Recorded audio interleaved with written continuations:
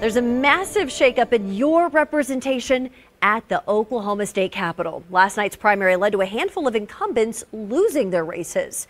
Fox 25's Capitol reporter Peyton May has been tracking the results. Peyton, break down what happened last night.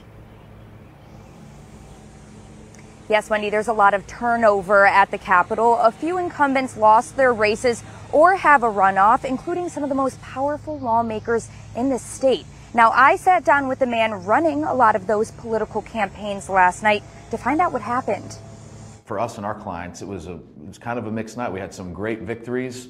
We had some disappointments. That always happens in campaigns, especially when we're involved in so many. Matthew Parker has run hundreds of campaigns, but last night in Oklahoma was unlike any other. I went into it probably with the least amount of confidence on any race that we worked on.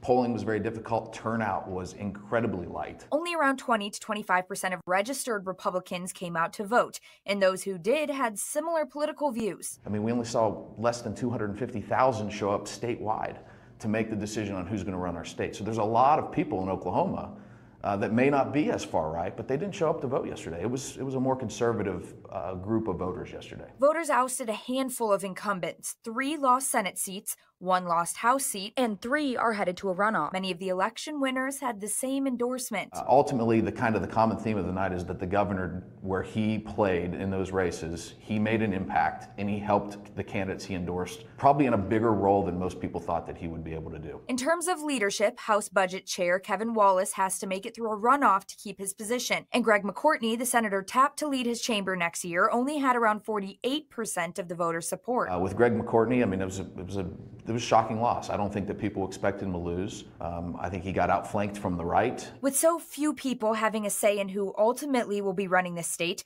Parker's main goal is to increase voter turnout. More people need to have a say in the process in Oklahoma.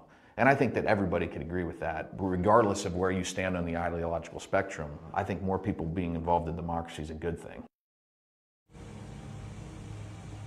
Parker tells me over 90% of our statewide races are determined by the Republican primaries. Now, the runoffs are in August, which could upset or determine House leadership. Regardless, the Senate will have to pick a new leader. Reporting live at the Capitol, Peyton May, Fox 25 News.